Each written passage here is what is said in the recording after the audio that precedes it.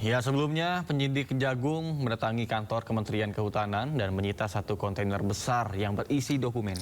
Namun Kementerian Kehutanan membantah ada penggeledahan oleh Kejagung.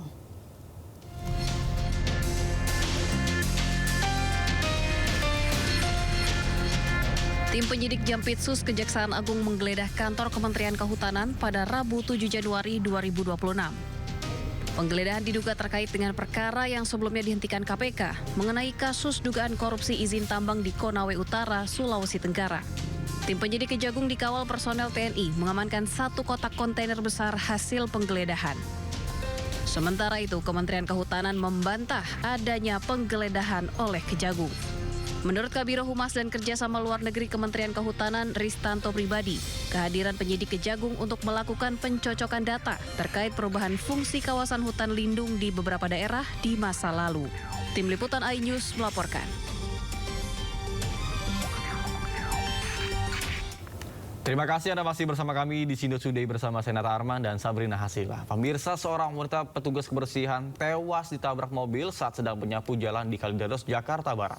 Pengemudi mobil diduga tidak konsentrasi hingga melaju ke pinggir jalan.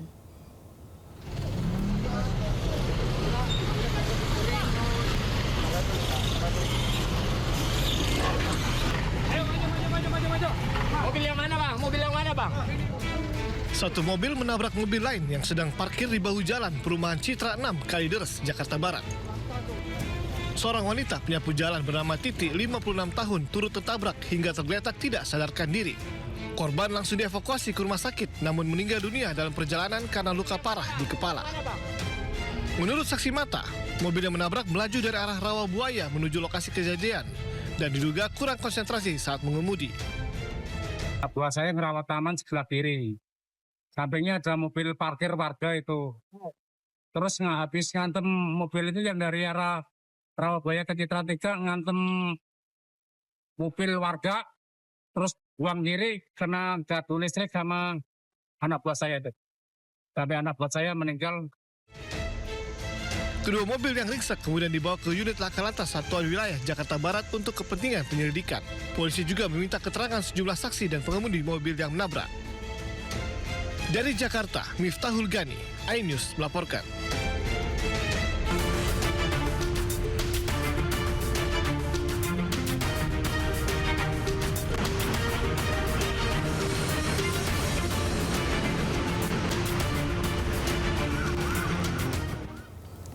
Ya pemirsa, selanjutnya kami akan mengajak Anda untuk mengetahui pantauan lalu lintas pada hari ini di sejumlah wilayah melalui pantauan CCTV Korlantas Polri. Kita akan bergabung dengan Brigadir Treslinda di studio NTMC Polri. Selamat pagi Brigadir Treslinda, bagaimana pantauan arus lalu lintas di sejumlah titik di wilayah Indonesia melalui pantauan CCTV?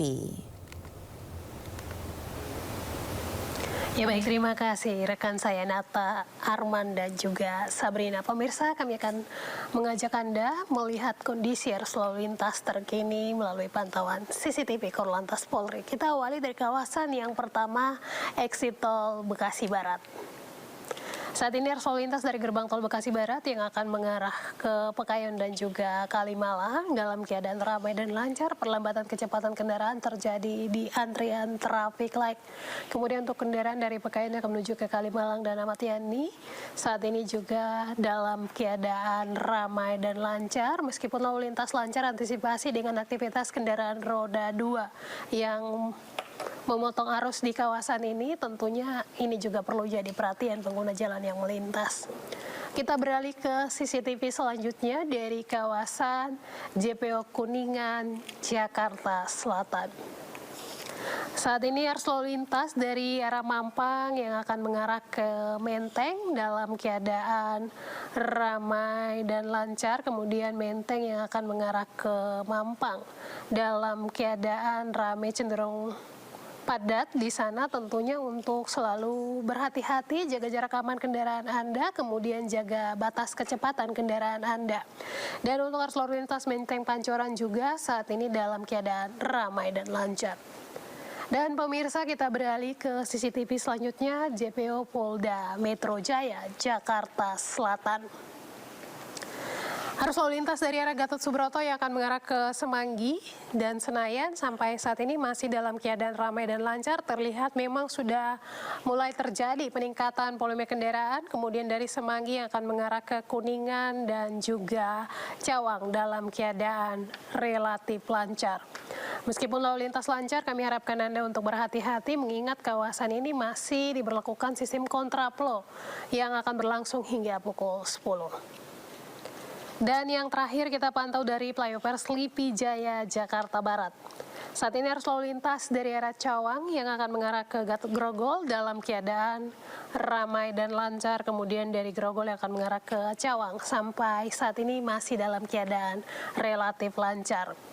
Kami juga menginformasikan data SMS Korlantas Polri dalam kurun waktu 1 kali 24 jam terjadi 211 kasus laka lantas dengan rincian 12 orang meninggal dunia, 23 orang luka berat serta 251 orang luka ringan.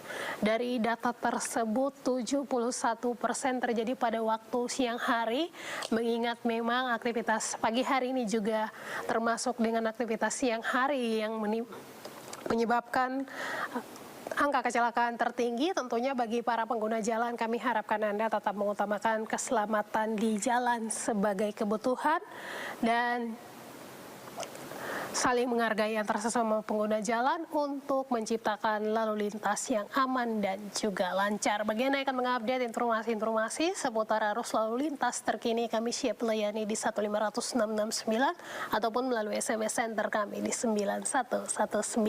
Kembali ke rekan saya Nata Arman dan juga Sabrina di studio. Silakan. Baik, terima kasih Brigadir Treslinda atas laporannya dari studio NTMC Polri Jakarta. Selamat bertugas kembali dan salam presisi.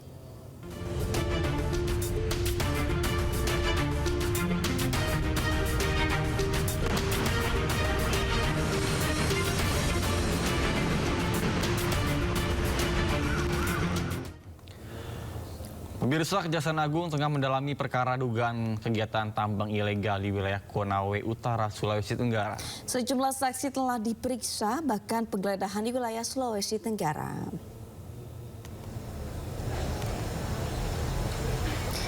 Hal itu diungkap oleh Kapus Penkum Kejaksaan Agung Anang Supriyatna. Penyidikan terhadap tambang di Konawe Utara telah dilakukan sejak bulan September 2025 yang lalu. Penyidik telah memeriksa sejumlah saksi atas perkara ini dan menyita dokumen di wilayah Sulawesi Tenggara. Untuk mempercepat proses penyidikan, Kejaksaan Agung juga mencocokkan data dengan instansi terkait, termasuk menyesuaikan data dengan Kementerian Kehutanan.